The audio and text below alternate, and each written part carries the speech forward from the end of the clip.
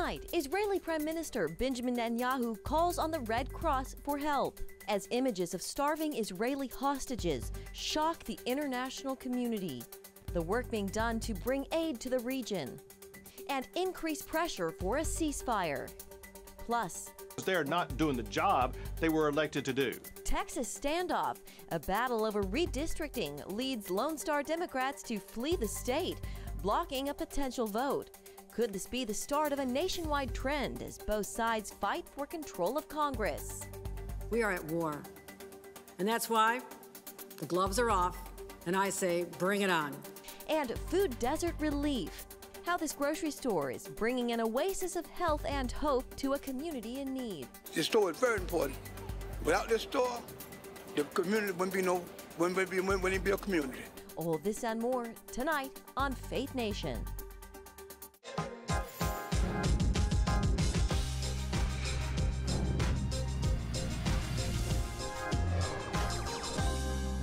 Redistricting duel in the Lone Star State. Good evening in Washington. I'm Jenna Browder.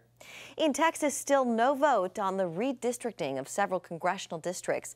Republicans need 2/3 of legislators present to move business forward. And tonight, they still don't have it, with more than 50 Democrats out of the state. Governor Greg Abbott has ordered their arrest and is even looking for a way to remove them from office. Here to break down our top story, Capitol Hill correspondent Michelle London. Jenna, good evening. The missing lawmakers who have been able to delay the redistricting vote argue the plan breaks tradition and targets minority communities. Texas State Rep Ramon Romero says he's taking a stand for constituents. Listen. So right now there's folks saying that we walked out. And I think everyone behind me will say we're standing up. And as Texans would say, we're standing tall. There's others that are saying and warning us that they're going to arrest us or make us pay fines. I'll pay that price for America. And Governor Abbott today pushing back on accusations that the move is discriminatory, telling Fox News earlier, quote, "These districts are going to show that Hispanics and blacks, as well as others, are voting for a Republican, and a Republican is their candidate of choice. And we will ensure that will be achieved at the congressional level in the state of Texas." This redistricting battle in the Lone Star State started heating up weeks ago when Republicans announced their plan, which critics say is an effort by President Trump to give Republicans more seats in the House. We have a really good governor, and we have good people in Texas. And I won Texas. I got the highest vote in the history of Texas, as you probably know. And we are entitled to 5 more seats. Texas Republicans are urging Democrats to return, saying Governor Abbott can and will keep calling special sessions in order to get votes through. Meanwhile, Democrat governors in blue states are warning they will follow the same strategy. So far, California and New York's governors both threatened to change their congressional districts to retaliate against Texas. Jenna. All right, London, thank you. And for more, let's bring in CBN News Chief Political Analyst David Brody. David, a lot on the line here. This could totally change the balance of power in Washington. We see why both sides are so animated. Give us your 30,000-foot take on what's happening in Texas. Well, this is huge, Jenna, and I know it feels a little wonky. People hear redistricting and go, womp, womp, I'm going to turn the channel. But this is important, and it's important for a number of reasons. Let's just boil it down to this. The fate of the midterm elections and who is going to control Congress really does rest on what's happening right now in Texas and possibly in other states. So let's just go through with this for a second. As London mentioned, Governor Abbott is going to call special session after special session after special session. And so ultimately, it does appear that somehow, some way, Republicans are going to be able to change 5 of those districts to be more Republican friendly. Okay, so now Republicans have, they believe, 5 extra seats coming in the midterm elections. But then you bring in Gavin Newsom and some of these other states who say, okay, yeah, you want to play that game? We're going to up you. As a matter of fact, California believes they can turn 6 congressional seats in California into the blue column, into the Democrat column. The problem in California, though, is that there's an independent redistricting commission. In other words, the only way California can change it is not through the legislature right now, only through that independent redistricting commission. So the way to get around that is you've got to get rid of the independent redistricting commission, and that's why Gavin Newsom may indeed call a special election this fall to have voters go to the polls to get rid of it. then California can do what Texas is doing. The bottom line is this is going to be around for quite some time. Yeah. You know, David, if you take the politics out of it, does it make sense for these districts in Texas to be redrawn, or are Republicans there really kind of stretching? Well, truth is in the eye of the beholder on that one, Jenna. As a matter of fact, I thought it was interesting when President Trump says we're entitled, or he's entitled to these congressional districts. No, he's not. But having said that, look, this is coming in the middle of the census, right? Census is taken every 10 years. This is now 2025, so we're right in the middle of that. And there are some new geographical and political and racially divided segments of our country, specifically in each congressional district. So you can make the case that why are we waiting 10 years to do this? But typically this does not happen. So there's that. But look, the truth of the matter is politics is always involved. Republicans are doing it here. They're pushing the envelope, but Democrats would have pushed the envelope as well. As a matter of fact, you can go back to Virginia and North Carolina in 2016 when Democrats were making the push to do redistricting right in the middle of the decade, right in the middle of the census. So, look, it happens on both sides. Yeah. David, how do you see all of this ending in Texas? Will they get the redistricting done? Will some of these Democrats actually be arrested? Will they be removed from office? What do you see here? Yeah, I think, well, first of all, yes, I think the redistricting will get done ultimately. Do I see arrests? Not necessarily, but I think it goes to a much larger issue that we're having in this country, Jenna. Because I've talked about and I'm going to put this in air quotes, I don't want everybody to freak out, but I've said there's a civil war in this country. And what I mean by that, there's an informational civil war, a geographical civil war, an ideological civil war, and now we have a redistricting civil war. Once again, another layer on top of what America is seeing time and time again. And I got to tell you, it's tough stuff. I mean, this is not going in the direction I think anybody wants. Yeah, you know, when you talk about Texas, California, New York, all of these states, David, who does this ultimately benefit more if you take it at large, Democrats or Republicans? Well, I think ultimately it'll be Republicans. I mean, first of all, Democrats have a harder terrain come the midterm elections. They're on their heels in the Senate. They've got to defend certain seats. But in the House specifically, they've got a problem because they're not quite sure what their message is going into the 2026 midterms. If it's all about Trump is just horrible, he's an orange man bad, they've tried that. Look how it worked out. Actually, my bad, it didn't work out. He's president of the United States again, so they've got to figure it out. Okay, David, always good to see you. Love having you on the show. Thank you, David. Thanks, Jenna. In other news, major developments in the Jeffrey Epstein case. The House Oversight Committee issuing subpoenas to the Justice Department demanding files from the sex trafficking investigation. They also want depositions from former President Bill Clinton, former Secretary of State Hillary Clinton, and several former top law enforcement officials. The White House is reportedly making plans to release audio recordings also and a transcript of Justice Department interview with Epstein associate Ghislaine Maxwell. This comes as the DOJ faces growing backlash for saying last month that no one else would be charged in the case and that no more information would be released. And that push for answers in the Epstein case isn't the only major legal fight happening tonight in Washington. Attorney General Pam Bondi is turning up the heat into accusations against former President Obama and his administration officials. She's directed federal prosecutors to begin a grand jury investigation into allegations that Obama administration officials manufactured intelligence about Russia's role in 2016 election interference. The investigation claims these officials sought to tag Donald Trump with colluding with the Russian government to undermine his first term. Well, as fears that the humanitarian crisis in Gaza is growing, Israel's prime minister calls on the International Red Cross for help. Details when Faith Nation returns. Welcome back. Gaza is on edge tonight. Israeli Prime Minister Benjamin Netanyahu is now hinting at a potential full takeover of Gaza, even as some Israelis of Israel's own former security chiefs are calling for the war to end. Inside Gaza, aid truck drivers say chaos has taken over. Desperate crowds rip supplies straight off moving trucks. Armed gangs hijack shipments and sell the food at sky-high prices, and some drivers are even losing their lives. Israel has taken measures to allow more aid in. Drivers on the ground say it's still nowhere near enough and far too dangerous. It's every man for himself. If we fight, we get the food. If we don't fight, we don't get anything.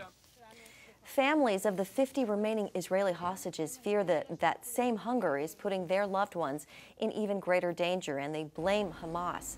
Ofir Braslavsky speaking out after seeing his son, Rom, emaciated and unable to stand in a recent hostage propaganda video. You see your child dying before your eyes and you can't do anything. It drives you crazy. It's unbearable. And Netanyahu's office says he has spoken directly with the head of the Red Cross delegation in the region, asking for urgent help and getting food and medical care to the hostages. Fabrizio Carboni heads the International Committee of the Red Cross's delegation to the United States and Canada, and he joins me now. Fabrizio, welcome. Good to have you with us in studio here. Thank you for inviting me. So Netanyahu, he's calling on the Red Cross to come in and to help these hostages. Has the Red Cross been given any more access or any guarantees to make that possible? No, we had a direct contact with Prime Minister Netanyahu. We also had a direct contact with President Herzog. And the situation is it's always the same in the sense that we present, we ready, but the security condition are not provided. And it's not just for us, it's also for the hostages.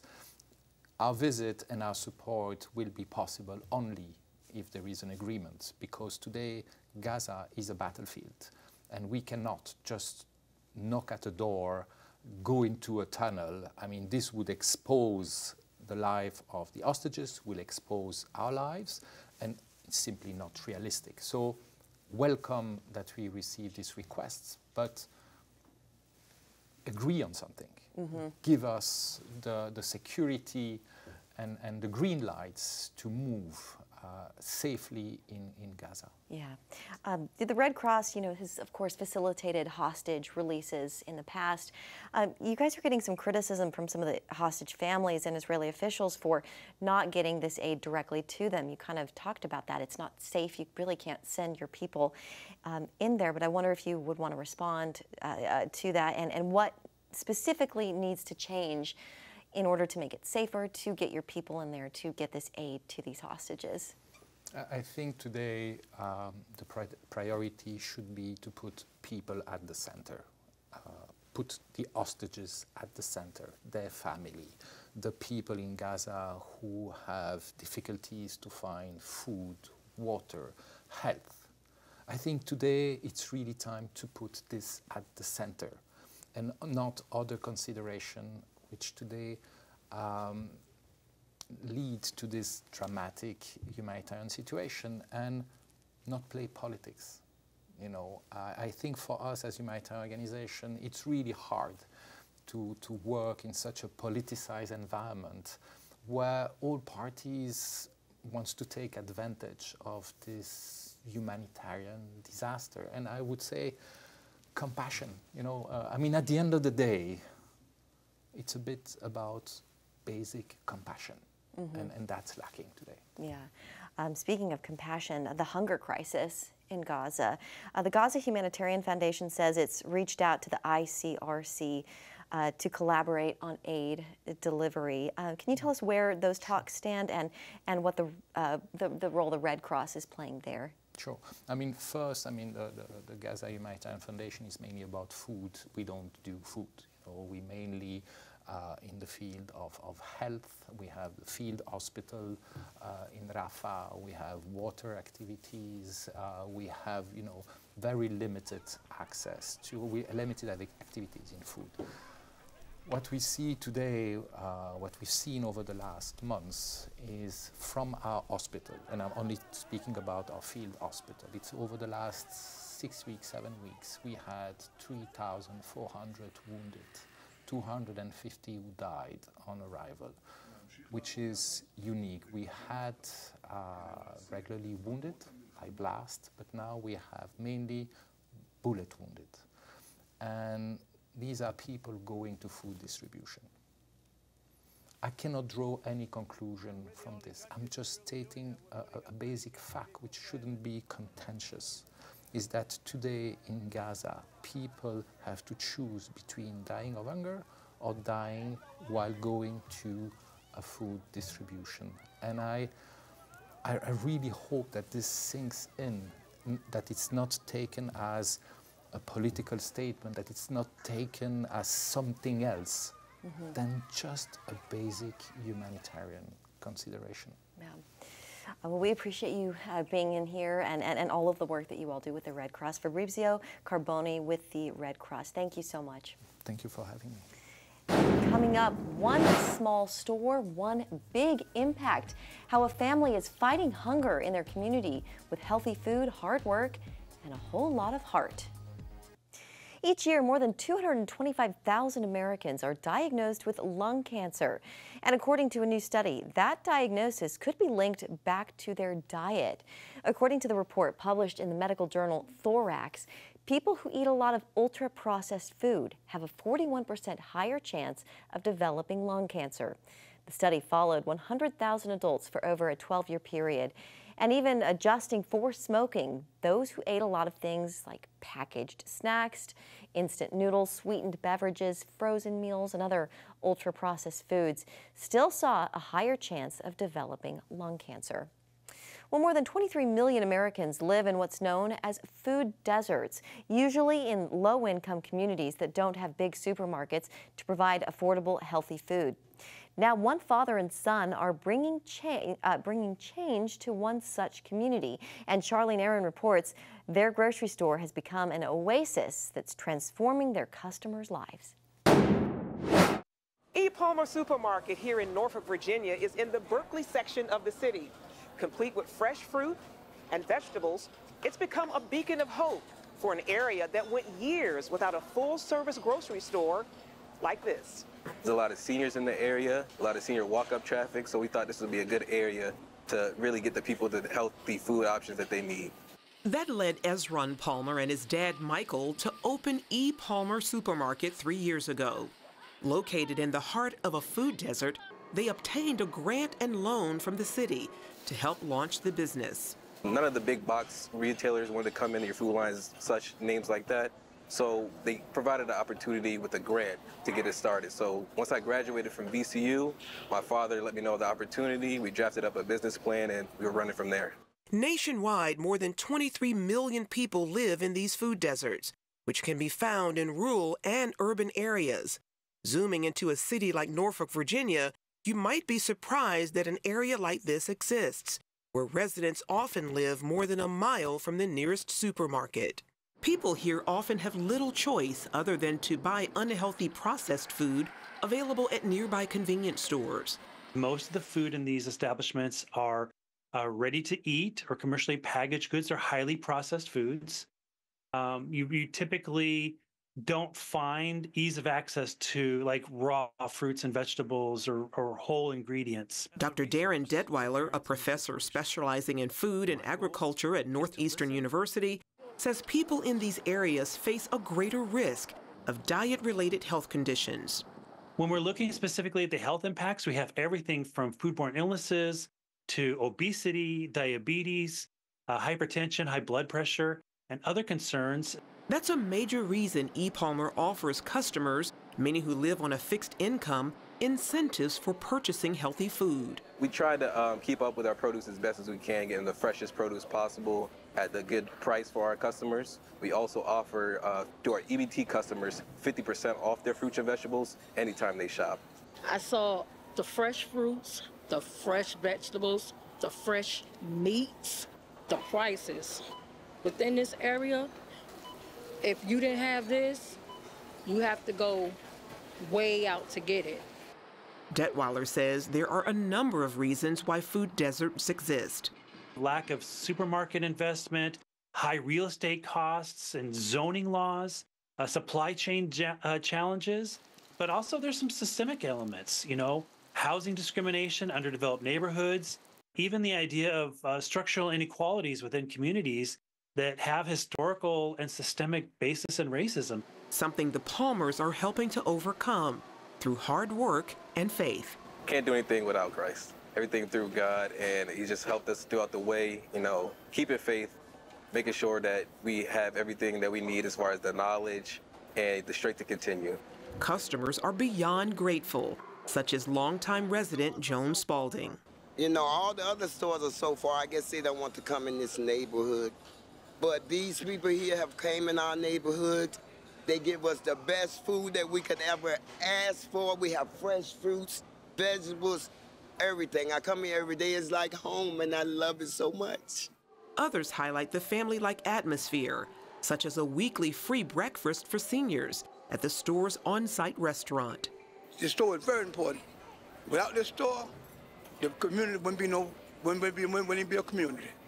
Feedback that fills this grocer with a sense of fulfillment, knowing he's meeting the needs of many, hopefully for years to come. It feels great, you know, coming here to see the smiling faces on people, the products we offer with our healthy food options and everything like that. It's really great to know that we have that here for them to come and get whatever they need. Charlene Aaron, CBN News, Norfolk, Virginia. Thank you, Charlene. And still ahead, a rescue mission for primates and veterans. Next on Faith Nation.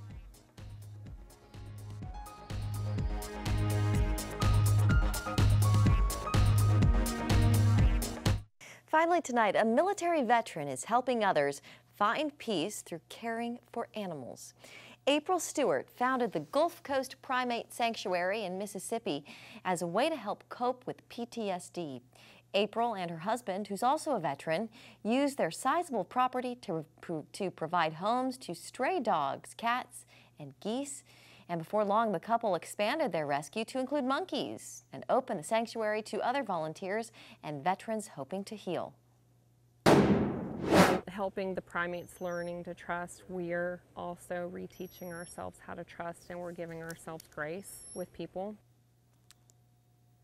And April says by giving animals a better life, the volunteers are in turn building better lives for themselves. All right, that's going to do it for Faith Nation this evening. Thank you so much for joining us. Have a great night, and we'll see you right back here tomorrow.